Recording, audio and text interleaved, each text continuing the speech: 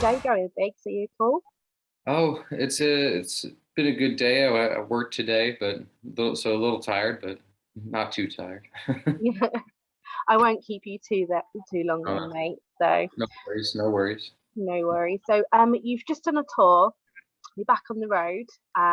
You were with Black Dahlia Murder, and I believe you've got a tour coming up in Europe as well.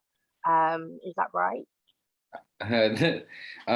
We're sussing out some details about the European tour right now, as I'm sure isn't too unexpected from you folks over there right now. Yeah, But I can say with some certainty that we'll make our way over to that end of the world sooner, and several times I hope with so. next year. When So yeah, nothing to worry about there. when the plague is subsiding. So, oh, something that I've always loved about Rivers of Nile is that you guys are generally you're so diverse and flexible in the way that you conduct what you have to offer. You're balancing atmospheric, sometimes gentle, powerful elements running through your music, and then you come thundering in with a contrast of some like proper filthy heavy tones. Um, when you guys get creating your records, do you have a vision of what you want the end result to sound like? Um, sure. I mean, there's always like a discussion prior to any real writing that goes on where like we'll talk about what we want the record to feel like, or how we want it to play out. But there's one thing when you talk about it, and then when you are go to actually construct songs and construct the list together, like things change, and I kind of like to let the process of writing the album change me and influence itself that way too. So it's a more organic growing thing, and it sort of just reveals itself to us in its own way usually, and so sometimes it's really random and maybe diverse, it's some, but I feel like we always have a something that wrangles everything together in a way that makes sense. Hopefully it does to me anyway. It does. It's a lot of it is very beautiful. So, I do you collectively songwrite, or is there like part of you that has, certain I suppose like a responsibilities? Mm.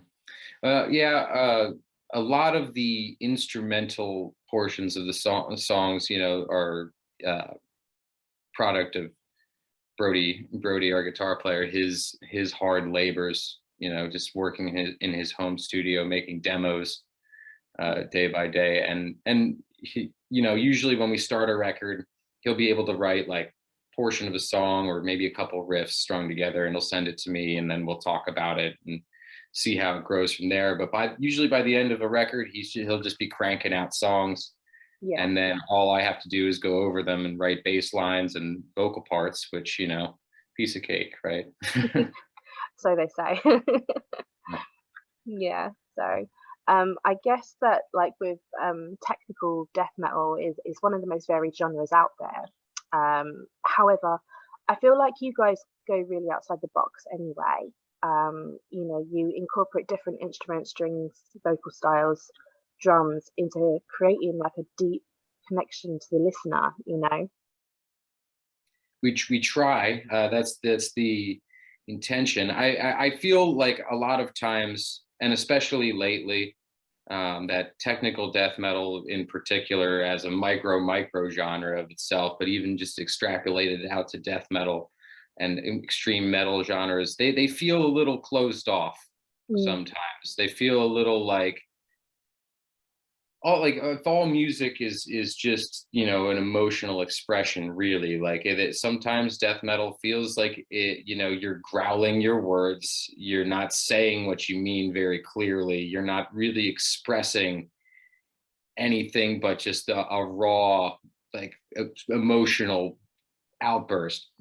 And I mean, there's obvious exceptions to all of this, but traditionally it's been it seems kind of oddly bottled off in an emotional way, in my opinion. And so, and I've always been a guy that's really looking for that those moments of truth when I listen to music. Like, is this music telling me something about the human experience that is worth hearing?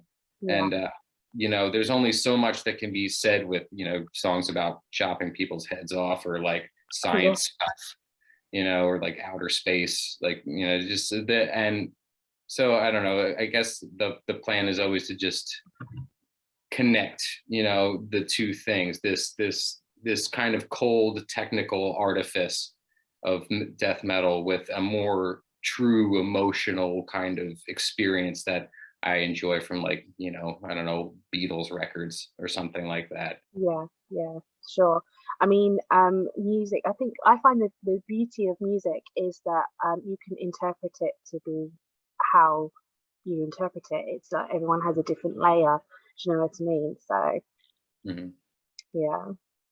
Yeah, Uh, it's always dependent on the listener, and that's yeah. So I guess it's just that's been my interpretation of death metal as a whole, is just sort of maybe some of these guys just need therapy or something.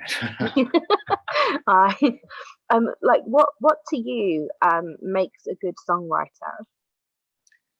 um, Somebody who gets to the truth of the matter. Like, there's sometimes you have guys who are really good technical songwriters who really get the nuts and bolts of things down, and they write a good song by the numbers. Like, Mm, there's the best example I can think of like that is guys like a Steven Wilson, maybe, kind of yeah, comes to mind. He's like, it's like he's got the secret formula and he ain't sharing it. but yeah, but yeah, but then you've got like guys like Lou Reed, for example, like he who just is just kind of up there. He's got a gravelly, unbearable voice in a lot of ways, but he's saying things that are real, and his delivery is honest, and the songs just feel like he's telling you something that you need to hear. that So makes there's sense. so both of those things I think are valid, and they're both good songwriters in their own particular way. Yeah, absolutely. You released the new album, The Work, very recently. I feel like there is massive more layers and levels to this new record. Um, do you feel you have evolved somewhat since ours? I should hope so. I have always said that I think if we're just doing the same thing over and over again, like what's the point? Like, if I find it difficult when people are like, you should, why don't you just write something like this record again? And then and it's like, I can't, like, I'm not that person, I'm not the same person who made that record anymore. And Yeah, so those things are, there are moments in time, and we can always appreciate them. They're not going anywhere, but everything moving forward hopefully is different. It shows healthy growth, and like, you can't expect a person who's really being honest with their artistic self and like who they are as a person, as a songwriter, if they're just churning things out just to make people happy. yeah, that's it exactly, and that's the essence of being a musician as well, I think. Um, there is something that I notice. I'm not sure if you've spoken about it before. Maybe you can shed some light. For every album you release, you have different numerics and titles for your instrumental tracks, Mhm. terrestrial, on each album. On the work, your terrestrial track work is lyrical. Is there a concept to the terrestrial tracks at all? There's sort of, well, because they're each record is its own season. Hmm. Um, it was Conscious Seed of Light started in spring, so that was thaw. The spring thaw coming through. It's those are like, if there's any moments on any record that's on each of those records, that's like is that's like the just raw expression of the seasonal theme, it would be that thing. Like I feel like they always kind of describe the album artwork a little bit to me. But this last one felt like, so this is the end, and we have this big track, and it feels like it needs words, and it needs Jake's participation. Like we're not going to just close this thing out and leave him out of it. Like Yeah, it's that, you know, and that's what it felt like the right thing to do, you know. yeah, So, yeah, and but yeah, so those were on this one, like they serve each terrestrial movement sort of serves different functions on each record, really. They just sort of, you know, become that thing. But this one, it was it was the ending credits. It's the epilogue. It's the end. It closes everything up for the past four records. So yeah, absolutely. I mean, my favorite is number two, Thrive. Though I do really love how Wither was put together too. It's like I say, it's very beautiful, and you've got some almost like biomechanical urban elements laced through it. I find, as I said earlier, that music is generally open to interpretation. So this record for me has got so much going on in it, so many different vibes and emotions. What does this album do for you? it's it does quite a bit to me. Like it brings up a lot of it's by far the most personal I've ever gotten with any art, and it's there are things on it that in a lyrical sense, and where I think if you haven't lived my life exactly, you might not know what's going on. Yeah, But the experiences aren't exactly unique to any one person, and there's struggles that I think a lot of people go through, and hopefully was expressed in a way that we can relate together. It's just it's a big concept. It's supposed to be kind of a just it's a picture of life in like harsh turns. Like yeah, you like it's, you know, there's your work in everything you do, in relationships, in survival, in making, you know, making progress in yourself and your mind and your faith and all sorts of things takes deep examination. And I think a lot of the songs can be looked at from multiple angles like that. yeah, yeah, absolutely. It's down to like a personal kind of progression. I get that from this album a little bit. Like I don't know what it is. I just feel very connected to this album as well. Um, I've had it on loop for the last 2 weeks, you know. So it sounds a bit obsessive though, but like it's you know, I think when you find something that you can connect to, that's when you kind of root yourself in it, you know. So Yeah, and that's, I mean, that's great to hear. I mean, it is kind of, it was a project sort of born out of a lot of dark feelings, and yeah, but you know there is like a yearning for positivity in there, and I think that that's, you know, something that a lot of people can relate to, yeah, especially nowadays.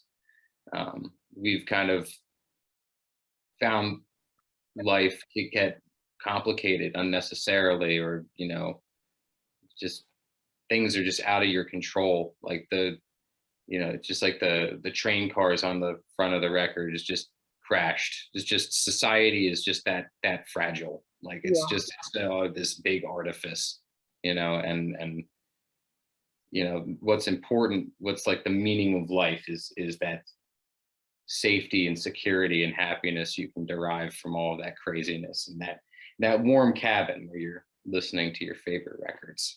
It's kind of yeah, the feeling of that. yeah. I mean, I was going to ask about the artwork for this album as well. It is stunning. I can see actually some similarities between the artwork for the work in the first album that you had. I guess the layout, but the landscape totally contrasts each other. So you have the cabin, and in the first one you have the doorway, and you have the two towers and the different skylines, you know.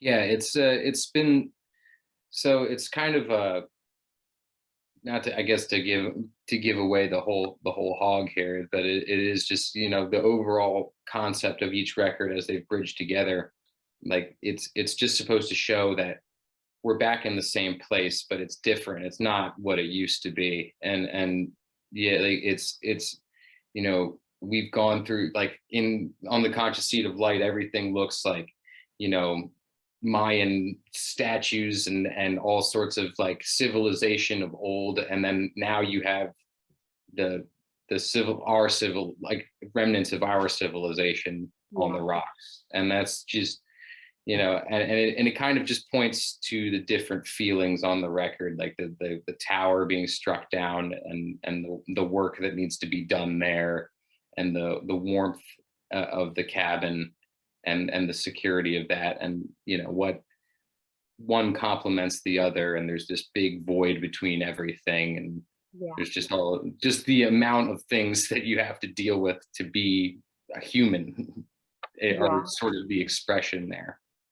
Yeah, absolutely. And I feel that there's that kind of link to your first track as well, which is called The Tower. So, you know, I feel that there is a concept there as well, between that and the artwork for both of those albums as well, actually. So yeah, the tower is actually inspired by the tarot card, the tower, and that's always, and in tarot, the tower symbol means that, you know, you're in a tumultuous time of you know, things being torn down, as we've all been, you know, myself included, during the past 2 years. You know, it's been strange time in particular for me, but I imagine it was for a lot of people. But it also means the potential to rebuild, and to learn from the reconstruction of these things, and to build a better future. And so that's what the tower means. It's just this idea that there's always a little farther to go. So both tower songs on the record, that's the point you find yourself at each one. Yeah, to keep rising. So yeah, absolutely. Was there anything about the production of this album that you did differently from the process of previous albums? Yeah, a little bit. For the most part, it was, you know, the strings were all recorded by Brody by himself, you know, in his home studio, and then we moved to Atrium Audio, you know, who did the last two records as well, to do pretty much everything else. But this time I actually did my bass tracks there as well, because of the pandemic, and, you know, having to come up to track in Brody's house was just not a possibility. So I did the bass just sort of on the spot in the studio there, while I was trying to do the vocals too, and it was a little chaotic, but I think it turned out for the best. It definitely worked. So. There was a lot of anxiety in my process of this, and I think it comes out in a unique way on the record, but it's real, and that's all I wanted it to be. Yeah, and it's raw, isn't it? So it shows. So I love it. It's one of my favorites of this year. So thank you. I was going to say that I'm looking forward to your show on the Faces of Death in Birmingham, but whether or not that goes ahead. Yeah. So in that case, what does 2022 look like for you guys? We have a lot of touring that's either lined up or in the process of being lined up, which, you know, is great. We want to get out there and play these songs, and you know, get back to work, as it were, you know. Yeah, so we'll do that, and just keep this thing going as long as we can. Yeah, absolutely. Well, I hope to see you guys over here. I was really, really, really, really looking forward to it. We'll be over there sooner, you know, sooner hopefully than, you know, than you'd think. Absolutely. Finally, really, what advice do you have for other musicians during these times, During these times? or at all? Be just as always, I guess, I don't know, be honest with yourself. That's really all you can do. If you know you if you're in the process of making something, be honest with yourself about it. If you're not sure whether or not this thing is for you anymore, uh, go with that, I guess. It's hard to say. I'm figuring this out on my own as well. I'm maybe some advice would be good for me too. But it's it's yeah, I guess everybody's their own different person. I can't it to like And that's like the important thing I try to remember in all of this, is that, as much as people are just screaming for you to write or keep touring or do this or do that, just whoever you are, just take care of yourself first, Yeah, and and then the art will come. it will So fall into place, yeah, yeah, as it that's should do. yeah.